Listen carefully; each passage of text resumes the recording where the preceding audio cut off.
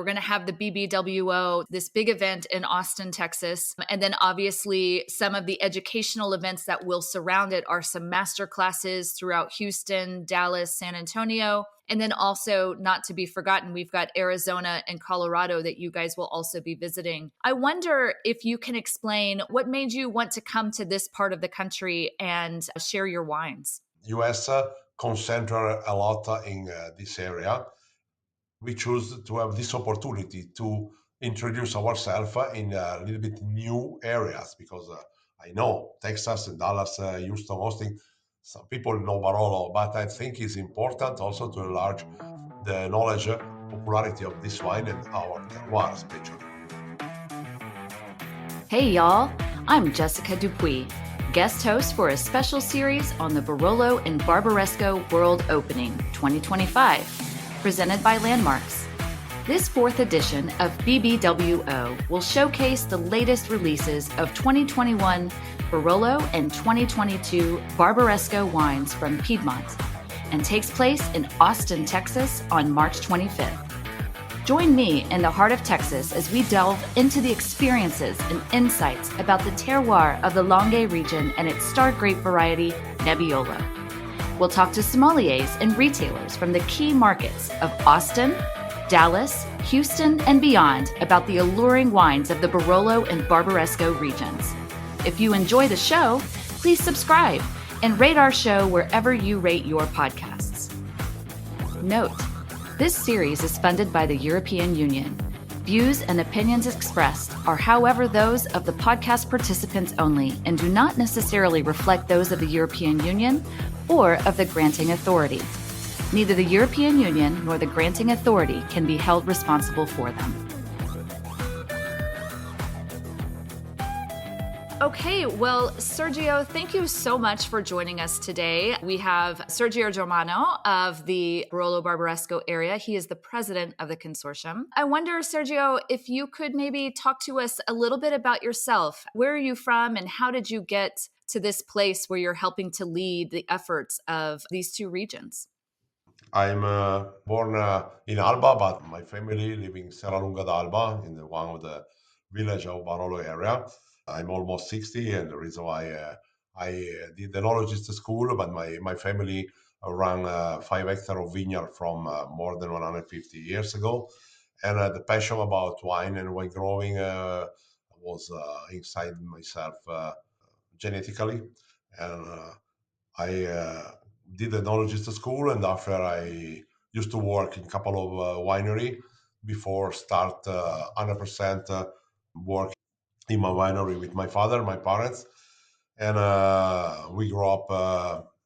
We was lucky because the potential of the area is really high. When I started to involve in the business was just in the year after methanol scandal when the Barolo boys growing up and they did a lot of work to promote to renew the perception of Barolo and Barbaresco and the wine in general from the Langhe. And it was interesting and very fascinating, challenging to be in this atmosphere. And the passion about my job is always very, very high. That is why I was always passionate also to work for the terroir, not only for my winery, but I was always convinced to be very, very important. The producer together can do more power, more communication than just one. And for this reason, I was more than 20 years the president of Enoteca from Serralunga, a small Enoteca. And after I finished my job in this way, obviously was just a passion for free, as, as the president of many organizations, the same now, but was the passion to do a contribution for the terroir because I think many old producers from this area always say every producer, even the younger more than older, has to be thankful to the area because the potential of this area is important to keep, to promote, and to respect. And this was my philosophy from always. And after I started to be in the management of the Consorzio from 15 years ago, and now I try to challenge myself in the top of the chart, but I try to be enough performant for this. It takes a special a person and personality to want to be able to organize a bunch of people. I imagine, all producers have different goals and desires and things that they're trying to achieve, but to be someone that can lead them in terms of focusing on what matters in how the world perceives Barolo and Barbaresco, it takes a lot of organization and passion, as you mentioned. So, I think it's important, mainly the respect, because everyone have a different idea. Everyone is like a different chef to cook the same meal in different expression, but everyone make a good job. And this is the high value of the terroir, and this is what we like to keep and to respect the interaction. It's important the idea from everybody. It's important the people can have the opportunity to tell what they think about every situation. And the reason why more people we wish everyone to be in consortio, and we are happy because we have a high percentage of the producer associated to the consortio, because it's important the voice of everybody can be learned. yeah, well, and I commend you for being able to do it. I imagine it takes a lot of patience and a lot of forward thinking, thinking about the future and trying to communicate that. I wonder if you could help me, for our US audience. Obviously, probably most of the people in the Italian audience and beyond may be familiar with this, but I think it'd be really helpful to explain. We're talking about the Barolo and Barbaresco World Open and how that will be kind of touring through Texas and the other two states in the Southwest, Arizona and Colorado. And, oftentimes when we are learning about different wine regions, we hear about Barolo, independent, and we hear about Barbaresco, independent and on its own, almost to the degree where you forget that they're literally right next door to each other in the region. Once you see it on a map, you understand how close they are. So I wonder, you and I were talking a little bit before we started recording, if you could talk about why it's important that y'all are really projecting a communication about Barolo and Barbaresco together. Can you talk to me or tell us a little bit about that history and why it's important to communicate them together? Yeah, of course, with pleasure, because Barolo was born almost 300 years ago, Barbaresco almost 150, but the Barolo was promoted from the Marquise Giulia Falletti. She showed to the King of Italy the complexity, the different barrel from the different vineyard is an important history to keep to promote. Barbaresco was born just in comparison for the other side of Alba, because the two appellation is in a, we have to say mainly is a really small surface.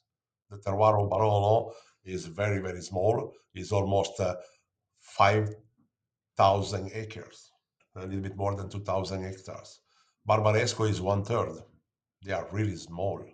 We have in total less than 20 million bottles. But both area are Barbaresco in the northeast and Barolo southwest of Alba. But they are very close because it's just 10 miles between the two areas. And the terroir is not similar but very close. And the expression is different because the Nebbiolo is very sensitive to the terroir. And this is one of the character or unicity of our wines. For this reason, because we are really in the heart of the Langhe area, makes sense because the producer sometimes have some land in Barolo, some land in Barbaresco, or the producer of Barolo and Barbaresco, they are very close. Makes sense to do promotion together because those two appellation make the start of the Consorzio. In origin was Consorzio Barolo and Barbaresco. And this is the reason why those two appellations run together in promotion. And this is, I think, very important to keep this idea. Also to explain to the world how is a very fine, a very small difference between the terroir and is very intriguing, the different expression in the glass. Yeah, and I think that's important to note. That's interesting. So, one thing that I think we aren't saying is that, the premium quality that's coming out of these particular two regions is really what's special. I love how you said, there is one that is king, like Barolo is king, and kind of talk about that. What's so unique about Barolo and Barbaresco, and maybe talk about what makes them similar and what makes them different. I think the unicity is to be origin from Nebbiolo grape, because Nebbiolo grape is the mostly aristocratic grape variety we can know in the world. Is a grape variety to make a great and very high identity wine in very small areas in the world.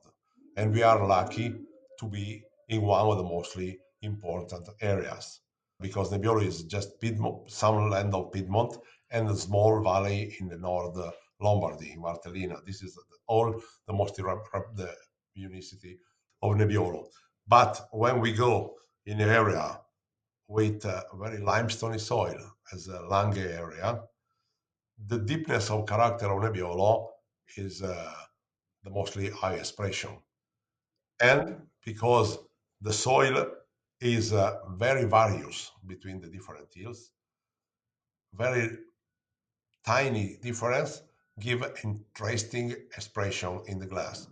And this is absolutely the main character to make unicity and similarity. Because if we taste, and I think if the people can come to the Barolo Barbaresco World Opening, again, taste 320 wine because it's 160 producer with two labels.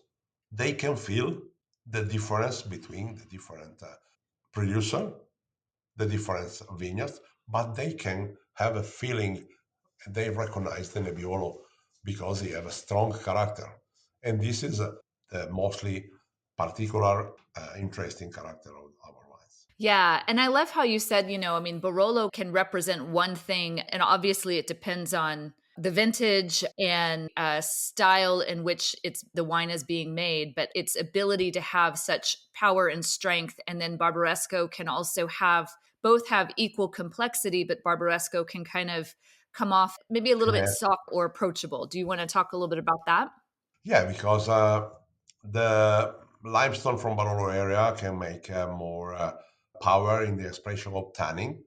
When we have a little bit less limestone, we can have a more silky wine. Yeah. But even in the Barbaresco and Barolo area, sometimes we have a lot of difference between some terroir, and this is really fascinating. But usually Barolo is a more intense, more deep in terms of tannin, and Barbaresco, it is a little bit more approachable. The reason why also the minimum mandatory aging is 1 year less than Barolo. Barbaresco is just 2 year, Barolo is 3 year of aging because the history run and feel this kind of character. I love that. And maybe you could talk a little bit about too. I mean, I know a lot of sommeliers and people in wine education when they're trying to introduce the consumer to, Nebbiolo in general and what it can do, but maybe the consumer, if they've never experienced it, they may not be ready to jump into a premium Barolo or Barbaresco. But the Langhe region in general is such a beautiful, vast region that can represent Nebbiolo well. So a lot of times people start with Langhe Nebbiolo and then kind of start to build into the more premium wines that are available. And so I just wonder if you could say something broadly about Langhe in general, kind of why it's such a special place. You've talked about these different soils. There's different aspects. It's very hilly.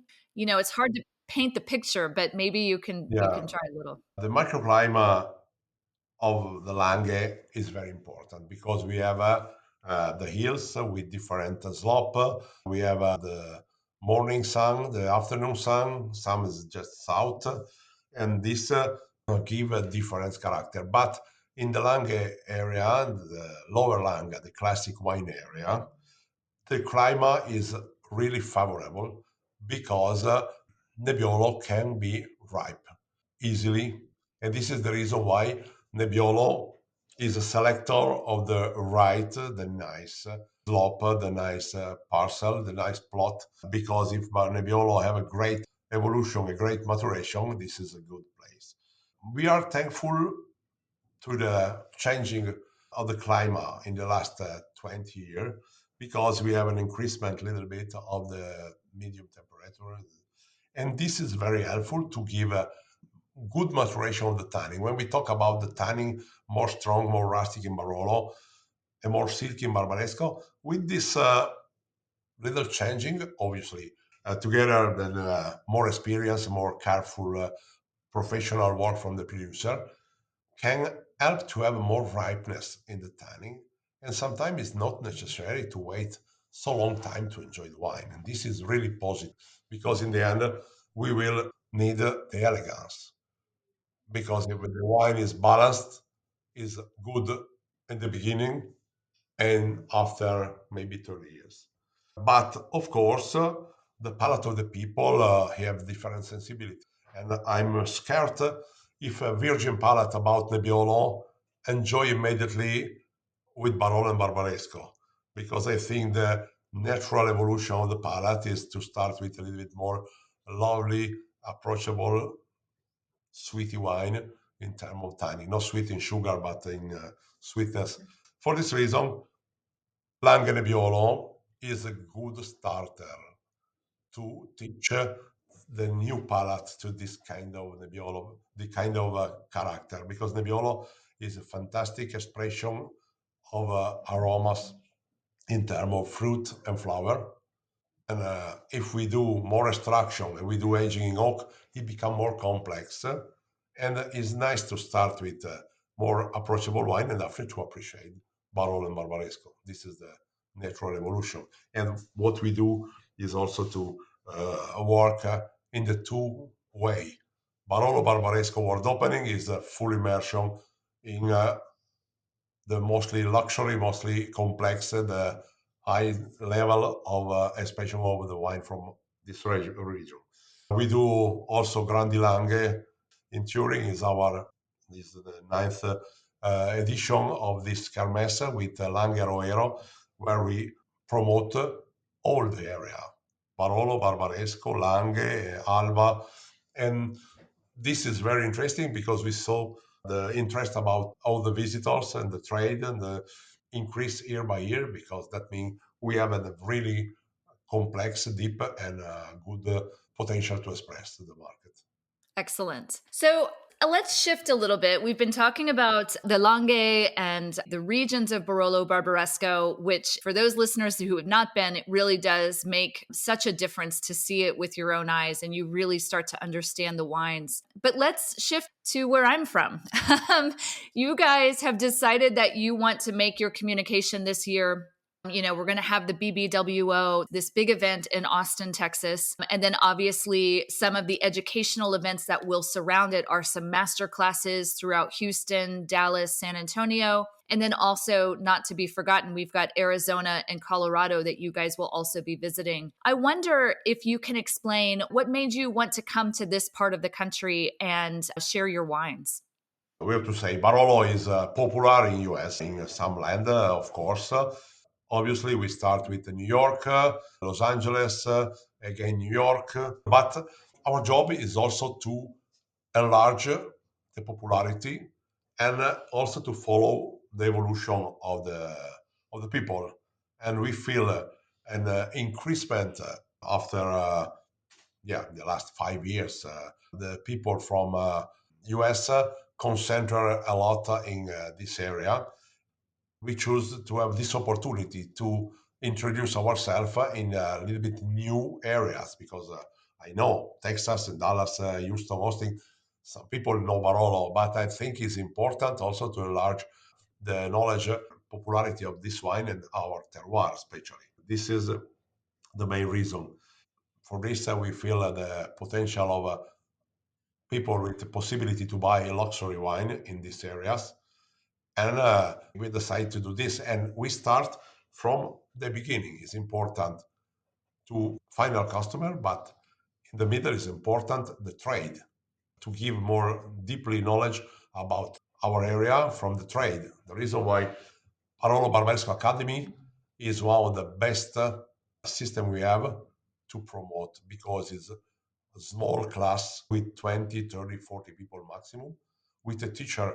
And this is really appreciate this kind of class, because we do every year just before Grandi Langhe, the last week of January, for a trade to come to the Grandi Langhe. Barolo Barbaresco Academy is to pay, and many people pay, many trade pay for this class, because it's today with geology explanation, viticulture, enologist, and also tasting and winemaking. Is a very deep expression of what we do in the terroir, and this is very interesting. And for we have another way, just one day, but the same program we do as we do in Austin, Houston, in Denver. And this is very, very important to have a focus for one day with few people to give all the information about this and to catch more interest. And of course, we hope these people will come in the Barolo Barbaresco World Opening, the main day, in 25th of March. Yeah, I have to say, so speaking from my own experience in Texas, and also I've spent quite a bit of time in Denver and in the Phoenix area of Arizona. The sommelier communities are very vibrant and strong, very tight in these regions. And I think it's a fantastic opportunity to bring Barolo and Barbaresco here. So many of them are already excited about the regions, but to be able to have them experience it at such a large level with, as you say, over 150 producers in one place. You know, I've talked to many of them so far, and they're already talking about how they're going to attack the day. You know, they want to start with these producers. They want to start with ones they maybe know, but they really want to discover ones they maybe haven't tasted through yet or been able to experience. And so I think it's a really, I mean, personally and selfishly, because I am from Texas, we are a large market for you guys. Our foods go so well with what Barolo and Barbaresco can offer. I know